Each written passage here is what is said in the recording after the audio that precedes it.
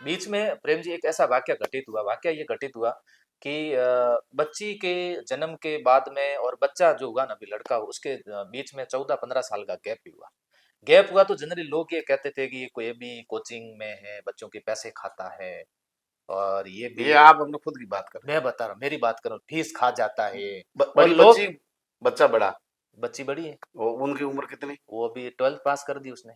और फिर 15 साल 15 बाद साल बाद लड़का हुआ, वो, अब बच्चा कितने साल का? वो 2 साल का है।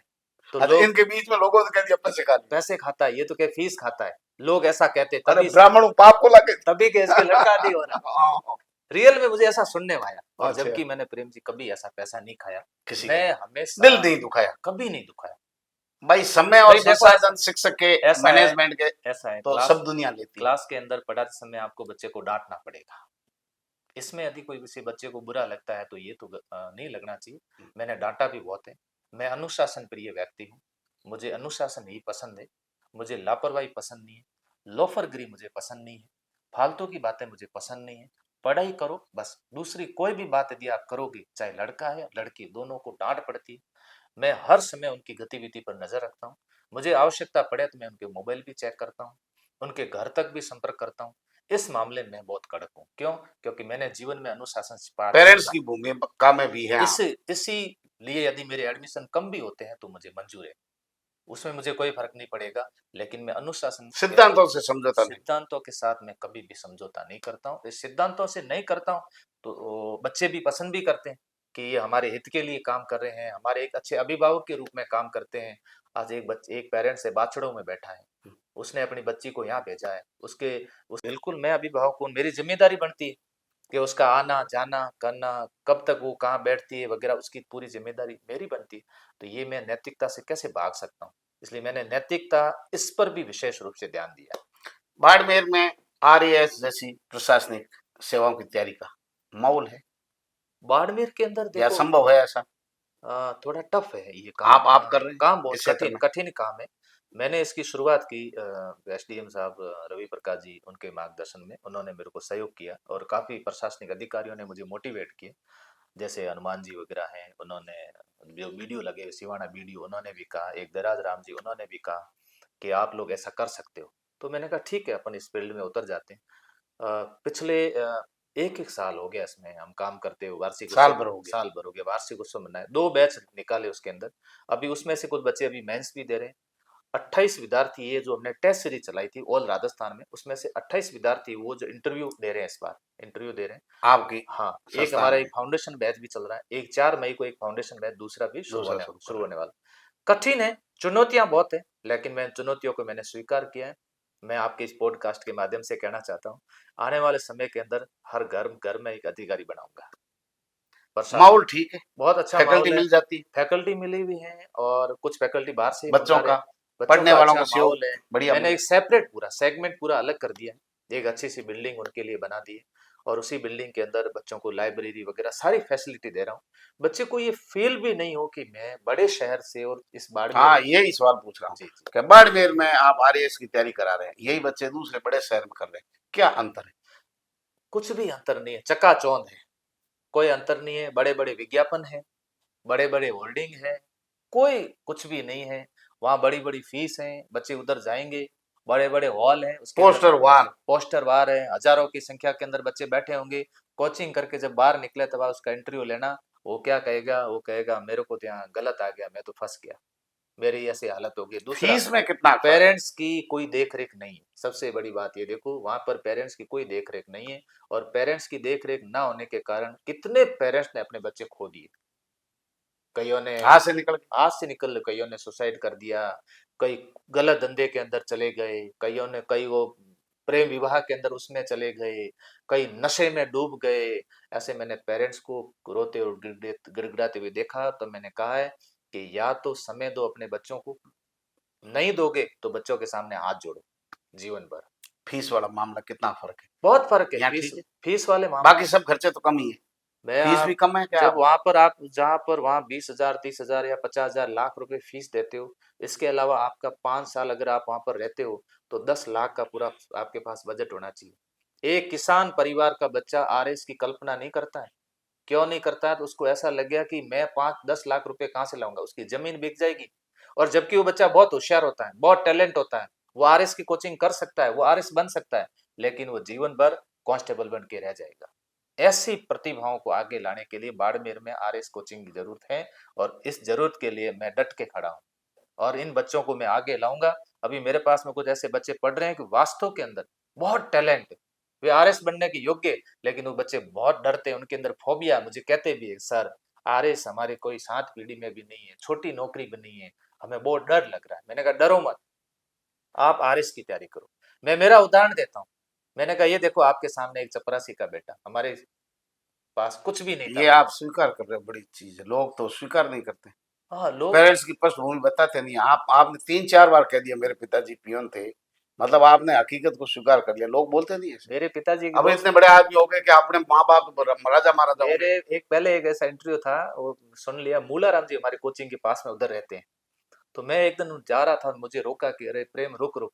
मुझे बहुत शाबाशी दी। मैंने कहा क्या हुआ? अरे बेटा कि तूने उस इंटरव्यू के अंदर कहा कि मेरा बाप चपरासी था और आज पवार जी और हमने साथ में नौकरी की, तेरे बाप ने और हमने। लोग तो ये शब्द यूज नहीं करते। नहीं नहीं करते ये। मैं लोग अपने आप को पता नहीं क्या क्या दिखा लेते हैं कि ये गर्व की बात है। उस समय चतुर्श्रेणी, आज चतुर्श्रेणी की पोस्ट आई है, उनका 20 लाख। बड़पन कितना था बहुत ज्यादा कि बड़ा। अपने बेटे को अफसर देखना चाहते थे। वो हमेशा, मैं जब उनके टिफिन लेकर के जाता था तो बाहर बैठे, मैं पापा को कई बार कहता, मैं पापा वो अंदर बैठे हैं ना, उनसे मैं 2 मिनट मिल लूं? पापा कहते नहीं बेटा, प्रिंसिपल सर है, वो ऐसे नहीं मिलते हैं। और पहले आपको पता है प्रिंसिपल बड़े सख्त हुआ पहले करते थे। सख्त होते होता ही कम ही है। उनके ऑफिस से आगे जिसे निकलना, मतलब ये भूमि जी के मंदिर के आगे से निकल रहे, ऐसा था। परिणाम करना पड़ता था। हाँ हाँ। मेरे कहा, मैं पापा कहते हैं पापा अंदर जाऊंगा, मैं मिलूंगा। तो कहे नहीं बेटा नहीं मिल सकता, तुम बड़े लोग हैं। बड़े लोग हैं। तो मैं कहता था, मैंने कहा ऐसा बड़ा मैं भी बनूंगा। तो पापा कहते नहीं। फिल्मी कहानी लग रही है। हाँ, पापा कहते नहीं बेटा ऐसी बात मत कर, लोग सुनेंगे, मेरी मजाक बनाएंगे। मजाक उड़ाएगा। ऐसी चपरासी बात, का बेटा हाँ, उम्मीद रख रहा है ऐसे अफसर की। बड़ा बनेगा, अपने ऐसी बड़ी बात नहीं करनी। छोटी मोटी कोई नौकरी लगे तो ले तो लेना, आपने खुश हो। उसमें उसके अंदर अपन लोग खुश हैं। तो आज पापा आज भी कभी बाजार में आते हैं तो संकल्प के बैग लेकर के कोई जा रहे होते हैं, हाँ, उनको पूछते हैं हाँ। कि कहाँ पढ़ते हो? तो क्या संकल्प में। कौन है वहां का मालिक? तो क्या प्रेम सिंह है। मुझे जानते हो? तो क्या कहे, नहीं नहीं बा, नहीं। थाने कौन जाना? तो क्या हूँ गुरु बाप हूँ। ये बड़ी बात तो बच्चियां वगैरह, बच्चे वो क्या कहते हैं, है। बा ऐसे कर रहे ये होंगे, है उनके बाप है, बाप है तो यहाँ बैठ करके चाय पी रहे हैं, कचौरी खा रहे हैं। इतने सामान्य हाँ व्यक्ति, सामान्य। वो जब भी वो आते अपनी हैं जिंदगी जी मुझे मतलब कभी खुश नहीं है। कहते गाड़ी की जरूरत है या तू गाड़ी भेज दे, वो भेज दे, मुझे एसी रूम चाहिए वगैरह चाहिए, कभी नहीं कहते। अपनी जिंदगी में अपनी मस्त है। जिंदगी में आते हैं। 2-3 यहाँ बाड़मेर के अंदर है मिठाई की होटल, कचौरी की दुकान वगैरह, वहां पर बैठेंगे, गप्पे लगाएंगे, कचौरी वचौरी खाएंगे, फिर शाम को वापस घर चले जाएंगे। और कभी नहीं कहेंगे मुझे छोड़ के आओ। आएंगे जाएंगे, अपने हिसाब से आएंगे और अपने हिसाब से जाएंगे। नहीं, छोड़ना किस बात के लिए? गांव के लोग बहुत जाते हैं, मैं आराम से, जबकि मैंने घर पे एक गाड़ी लगा रखी। मैंने कहा पापा जी गाड़ी आपके लिए, वो गाड़ी वहीं पड़ी, उसका कभी यूज नहीं करते। अब आते हैं मोबाइल पर सर। पैसे का इतना महत्व तो समझते हैं जी, अब आते हैं मोबाइल पर सर। जी। मोबाइल बड़ा मामला, कितना बिगाड़ कर रहा है, कितना खराबा कर रहा है। फसल खराबा होती है ना, ऐसे ही नस्ल खराबा हो रही है क्या मोबाइल से। हर सिक्के के दो पहलू हैं। यदि हम सकारात्मक रूप से सोचें तो मोबाइल उपयोगी तो बहुत है। उपयोगी यूँ कि आजकल सोशल मीडिया का जमाना है, और इसमें बहुत सारी चीजें सीख मिलती हैं, अच्छी ऐसी चीजें यदि आप लोग उसके अंदर करते हो तो बहुत अच्छी बात है, और मोबाइल आपके लिए फायदेमंद भी। अब दूसरी बात आती है नकारात्मकता। तो ये मोबाइल ना केवल आपका जीवन खा रहा है, आपका स्वास्थ्य भी खा रहा है, आपके सपने भी खा रहा है, और आपका फ्यूचर भी खा रहा है। ये बात बच्चों को अभी पता नहीं चल रही। ये मोबाइल खा रहा है। मोबाइल एक तो सबसे पहले आपका समय खा रहा है, समय के साथ साथ में आपका स्वास्थ्य खा रहा है, स्वास्थ्य के साथ में आपके सपने खा रहा है, सपने के साथ साथ में आपके रिश्ते नाते रिश्तेदारी भी खा चुका है ये। अब आपको ये मोबाइल गलत सिखा रहा दिशा है। में जा रहा बल अब ये मोबाइल आपको रील से रोमांच की ओर ले जा रहा है, और जहां पर आगे पूरा पतन ही है, इसके अलावा कुछ भी नहीं है।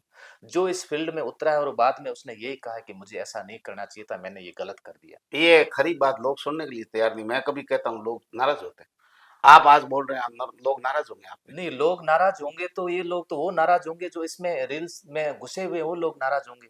उन लोगों के नाराज होने से मुझे कोई फर्क पड़ना नहीं। सकारात्मक लोग हैं, वो नाराज नहीं होंगे। सकारात्मक लोग जो सही उपयोग कर रहे हैं वो मोबाइल से कभी नाराज नहीं होंगे। मैं प्रेम जी एक दिन में कांस्टेबल बैच की बात बता रहा हूँ।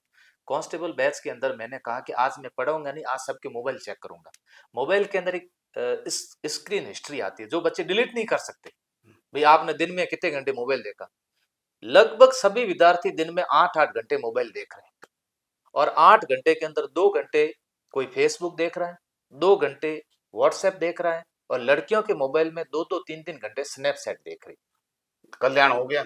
अब वो बच्चियां कोचिंग में पढ़ रही हैं और उनके पेरेंट्स कह रहे हैं कि हमारी बच्ची कोचिंग में जा रही है, बच्चे कोचिंग में जा रहे हैं, और वे लोग कोचिंग करने के बाद में क्या कहेंगे, हमने यहाँ पर कोचिंग की इसलिए हमारा कोचिंग सिलेक्शन, वाले ने मेहनत नहीं की हमारे बच्चे की। मैं एक बार भाई कवास गया कोई कार्यक्रम के अंदर, तो एक बुजुर्ग बा उठ करके मेरे पास में आई, मेरे को कहा कि आपने मेरे पैसे खा लिए। मैंने कहा बा हमने कैसे पैसे खाए आपके? तो क्या मेरे बेटे की फीस खा ली तुमने? मैंने कैसे? तो कि वो जो सिलेक्शन हुआ है ना वो मेरे भाई का बेटा है, और ये मेरा बेटा, दोनों साथ में इसका हुआ थी। इसका मेरे वाले हुआ नहीं, उसका हो गया, तूने पैसे खा लिए मेरे। मैंने कहा बा हमने पढ़ाया, हमने दोनों को बराबर पढ़ाया, एक ही कोचिंग में। अब आप दोनों ने किसने सही देख रहे कि ये आप पे निर्भर करता है। मेरे पास 4 घंटे आया, 20 घंटे किसके पास रहा? आपने कभी उसके रूम जाकर के देखा मेरा बच्चा कहाँ रहता है? आप रूम भी मत जाओ, मकान मालिक के नंबर ले लो, मकान मालिक को कॉल करके पूछते रहो कि बेटा रूम पे कितने बजे आता है और बाहर कितने बजे आता है। इतना ही बहुत है, आप इतना भी नहीं करते हो, आपके पास समय नहीं, हम हमारे काम में व्यस्त हैं, तो आप उधर व्यस्त रहोगे, आपकी संतान इधर व्यस्त रहेगी। आप सोचो आप कहाँ जा रहे हो, पैसे का क्या करोगे? आप इतने व्यस्त रह करके क्या करोगे जब अपनी पीढ़ी के लिए आपके पास में समय नहीं? उन बच्चों को मैंने बहुत डांट लगाई। मैंने कहा बेटा देखो, यदि आपको ऐसा ही करना है तो कोचिंग मत करो, कल से आप कोचिंग बंद कर लो। उन्होंने गलती स्वीकार की, सर हमारी गलती हो गई, कल से रजिस्टर बना देना, हमारे जो ये 8-8 घंटे जो गलती हो गई, इस गलती को हम स्वीकार करते हैं, भविष्य में ऐसी गलती हम नहीं करेंगे। मैंने कहा किसान परिवार के बच्चे हो, आपके बाप की एडी देख लेना, और उस एडी के अंदर जो वो जो आई हुई टेढ़े आई हुई उसको अपन कहते हैं लकीरें आई हुई ना, वो लकीरें भरी नहीं जाएगी तुमसे। खाटुड़ी एडियो देखो, माँ हाँ, बाप उठा उसकी पड़े। मैं देख लो पता चल जाएगा, उसकी फटी हुई बनियान देख लेना बाप की, वो लुकी रोटी खा रहे हैं बाप, उसको देख लेना। पेट में तो माँ गांठ की गई। स्थिति देख लेना, आज भी इस तपती धूप के अंदर गर्म, पंखा भी नहीं उसको नसीब नहीं, और वहां पर वो सो रही है, और आप लोग एसी में बैठे और मजे कर रहे हो। तब उनको रियलाइज हुआ कि सर हमारी गलती हो गई, हम ऐसा नहीं करेंगे। इसका मतलब है कि बच्चों पर ध्यान देने की बहुत आवश्यकता है, बहुत ज्यादा आवश्यक। बहुत ज्यादा आवश्यकता है, वर्तमान पीढ़ी पर तो जबरदस्त आवश्यकता, क्योंकि संस्कारों की बहुत ज्यादा कमी हो गई, और दूसरे कुछ लोग संगत में आकर के यहाँ लोग ले डूबते हैं। एक शहरीकरण ने बर्बाद कर दिया। शहरीकरण में चकाचौंध की स्थिति आ गई है, और इस चकाचौंध की स्थिति ने लोगों को काफी कुछ भ्रमित किया है। अब जनरली बात है, आप बढ़िया कुर्ता उर्ता लगा के बैठे, और मेरा मन तो हो रहा है मैं भी ऐसा कुर्ता पहनूं। अब जब मैं आपको पूछूंगी इसे कुर्ता पहनने के लिए क्या क्या करना पड़ता है, तो आप बता दोगे ये 13 में 10वीं करके यहाँ आया, ये कुर्ता तब आया है, तब आया ना, 30-35 साल में कुर्ता आया है। तो 30-35 साल का संघर्ष उसको बता दोगे तो पता चल जाएगा कि इसमें संघर्ष करना पड़ेगा। अब आप कह दोगे इसके लिए तो कुछ नहीं है, मजे मारो आराम से करो, मैं आपको बता देता हूँ, वैसे मोबाइल चलाओ, वैसे करो, घर के पैसे आते उसके उपयोग करो, कोचिंग में मत जाओ या फला लाइब्रेरी मत जाओ, कुर्ते पायजामे लगा दो, लगा सकते हैं, सैंड लगाओ, सैंड लगा करके घूम सकते हो, ऐसा भी कर सकते हो। एक होता है ना पर्सनालिटी डेवलपमेंट, व्यक्तित्व निखार। कैसे? अच्छे कपड़े, सूटेड बूटे, नहीं या और भी लखन लाना पड़ेगा? पर्सनैलिटी मनोविज्ञान में कहते हैं पर्सनली पर्सोना सबसे बड़ा है। पर्सोना से तात्पर्य मुखोटा, मुखोटा कपड़े पहनने से पर्सनैलिटी तय नहीं होती, तय नहीं होता। प्रश्न कपड़े पहनने से आपकी सभ्यता तय होती है कि आप सभ्य कितने हो। पर्सनैलिटी तय होती है आपकी संस्कृति, संस्कृति मतलब आप बोल क्या रहे हो, बोल के जब आपको आप कपड़े पहनकर किसी व्यक्ति अच्छे व्यक्ति अप टू डेट खड़े हो, आपने जब उससे बात की 2 मिनट में वो गाली देना शुरू कर देता है, तो आप समझ गए होंगे कि इसकी पर्सनैलिटी से कोई लेना देना नहीं। तो पर्सनैलिटी चमड़े की घिसाई करने से नहीं होती, पर्सनैलिटी होती है आपके अंदर के विकास से, आपकी संस्कृति कितनी अच्छी है, आपके संस्कार कितने अच्छे हैं। कहा भी गया ना कि इतिहास लोग पानी से नहाने वाले नहीं बदलते, पानी से नहाने वाले केवल लिबास बदलते हैं, पसीने से नहाने वाले इतिहास बदलते हैं। तो पसीने से जो नहाएगा ना वो कपड़े नहीं देखेगा, वो अपनी संस्कृति को भी साथ साथ में देखेगा। तो पर्सनैलिटी डेवलपमेंट आपकी संस्कृति तय करती है। बालिका शिक्षा की क्या स्थिति कोचिंगों में, रेशियो में क्या आ रहा है, सिलेक्शन क्या हो रहा है? बालिका शिक्षा की स्थिति अब अच्छी है। मैं गवर्नमेंट के कई स्कूल के अंदर कार्यक्रम के अंदर वहाँ पर जाता हूँ, वहाँ पर संख्या बड़ी अच्छी देख रहा हूँ। मुझे ऐसा लग रहा है कि बालिका शिक्षा के प्रति काफी जागरूकता आई है। जागरूकता आई है, लड़के शहर में आते नहीं जागरूकता भी आई, हाँ लड़के भी शहर में, ये बात भी आपकी अच्छी। प्लस आप कोचिंग में कभी भी आओगे तो आप देखना, कोचिंग में क्या स्थिति? एक पंक्ति जो इधर की होती है या इधर कहीं पंक्ति के अंदर लड़कियां बैठती हैं। मैंने जब शुरू की थी मैंने 28 दिसंबर 2011 को शुरू की थी, उसके लगभग 6 महीने तक कोचिंग में एक भी लड़की पढ़ने नहीं आई थी। लड़कों के साथ कौन बैठे? हाँ, लड़कों के साथ में कौन बैठे? सारे कोचिंग लड़के ही आते थे। सब लड़के आते थे। आज की ये स्थिति, कई बैच तो ऐसे हैं जिसमें लड़कियों की संख्या ज्यादा है रेशियो ऑफ रेशियो पॉपुलेशन। में। ये एक पॉजिटिव मैसेज है। और साथ साथ के अंदर बच्चियां जब इस तरह से पढ़ रही है तो थोड़ा सा ध्यान देने की आवश्यकता है पेरेंट्स को। फिर आप बच्चियों पर थोप देते हो कि मेरी बेटी ऐसी है, मेरी बेटी ने ये गलती कर दी, मेरी बेटी का सिलेक्शन नहीं हो रहा। देखो, बेटियां हैं, बच्चियां हैं, ये बच्चियां नादान है, इतनी इनमें समझ नहीं होती। इतनी समझ उम्र के हिसाब आपके अनुभव क्यों काम लेते हैं? आपका अनुभव ये कहता है बेटियों से प्यार से बात करके कहो कि बेटा देखो, समय का सदुपयोग करके आगे बढ़ो। आप देखना, यदि बेटी 12th पास करके ग्रेजुएशन तक 3 साल तक अगर वो सही रास्ते पर, सही दिशा में, सही मार्गदर्शन में चल गई, रास्ता कभी नहीं भटकेगी, कभी नहीं भटकेगी, और वो अपने भविष्य के प्रति चिंतित भी हो जाएगी। तो बालिका शिक्षा की दृष्टि से अभी बाड़मेर का काम अच्छा है, बढ़िया था, मजबूत है अपने यहाँ की नारी शक्ति। हाँ, बच्चे हैं, 2 शादियां हो गई, उनके बाद भी कोचिंगों में आ रही है, घर संभाल रही है, गांव में जा रही है, विवाह शादी के सब सास ससुर के सब देखने के बाद भी नौकरी लग जाती। मेरे पास एक जोधपुर से एक बड़ाने आए थे, उन्होंने कहा कि सर ये सामने जो बैठी हैं बच्चियां सब घाघरा ओढ़ना, राजस्थानी वेशभूषा, बच्चे कुछ बाहर बैठे हैं। मैंने कहा आपके वहाँ पर कैसे है? तो कहना हमारे यहाँ तो जींस एंड टी शर्ट वगैरह ऐसे। मैंने कहा ठीक है, आपका थोड़ा वहाँ की सोच अलग है तो हो सकता है, मैं कपड़ों पे आपके कमेंट नहीं करना चाहता हूँ। लेकिन यहाँ पर मैंने क्या है, एक तो हमारी सभ्यता और संस्कृति भी इस तरह की है। यहाँ मैंने कहा जितनी भी बच्चियाँ पढ़ रही है ना, 60% बच्चियाँ ऐसी जिनकी शादी हो चुकी है। ये अच्छा, शादी हो चुकी है तो बच्ची है ना सभ्य कपड़े पहन करके आती है, कोई शर्म की बात नहीं। कोचिंग के अंदर आप जाओ, बिल्कुल आपके पियर पक्ष भी हो सकते हैं, आपके ससुराल परिवार के लोग होते हैं, परिवार के लोग वहाँ पर बैठे हैं, तो आपको घाघरे ओढ़ने में वगैरह रास्ते में लोग देख रहे हैं, राजस्थानी वेशभूषा में आना भी चाहिए। और हमारी अधिकतर बाड़मेर की बच्चियां इस वेशभूषा के अंदर आ रही है, तो बाहर से जो लोग आते हैं उनको थोड़ा असहज महसूस होता है। असहज यूँ होता है महसूस क्योंकि वहाँ पर जो बच्चियां पढ़ रही है वो शादीशुदा नहीं होती, और शादीशुदा नहीं होती है तो जननी फिर वो अपने हिसाब से अपने हिसाब से कपड़ा में थोड़ा ज्यादा, हाँ उनको अपने ठीक है। अब वहाँ की सोच ऐसी। अब आप और आगे दिल्ली चले जाओ, फॉरेन के अंदर चले जाओ, जैसी जैसी सोच, वो ऐसे चड्डे पहन के घूम रहे हैं, जैसी सोच उनको कुछ लग ही नहीं रहा। वहाँ का नेचर ऐसा है ना, लोगों का जैसा पूरी संस्कृति वैसी, जैसा देश वैसा वेश। जैसे बाड़मेर मान लो एक देश है, समझ लो, यहाँ के लोगों का जैसा देश है वैसा वेश में रहो, तो पढ़ाई करने में मेरे हिसाब से ये चीजें आड़े नहीं आती हैं, और ये बच्चियां आराम से पढ़ती है और रिजल्ट देती हैं। बाड़मेर की रूमा देवी जी को आप देख लीजिए उदाहरण, नारी शक्ति का उदाहरण, कौशल्या चौधरी का उदाहरण देख लीजिए आप। इन्होंने कोई मतलब सभ्यता और संस्कृति से समझौता नहीं किया, अभी तक कपड़े वही पहन रहे हैं आराम से, भले कितनी बड़ी सेलिब्रिटी। बिल्कुल है, आपकी ये पहचान है, इसी पहचान में रहिए आप, और इसी पहचान के अंदर रहिए, तो आप देख लीजिएगा।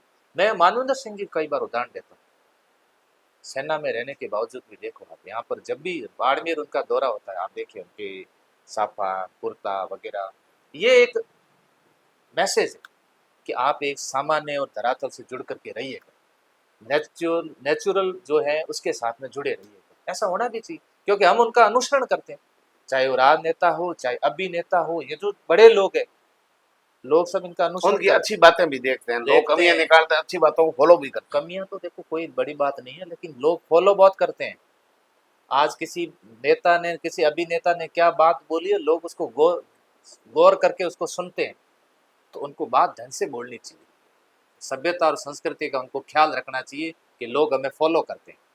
अभी अपने वक्ता काफी हो गए, पहले जब हम पढ़ते थे उस समय कोई मोटिवेशन देने वाला, माइक संचालन करने वाला, मंच पे बोलने वाले लोगों की बहुत कमी थी।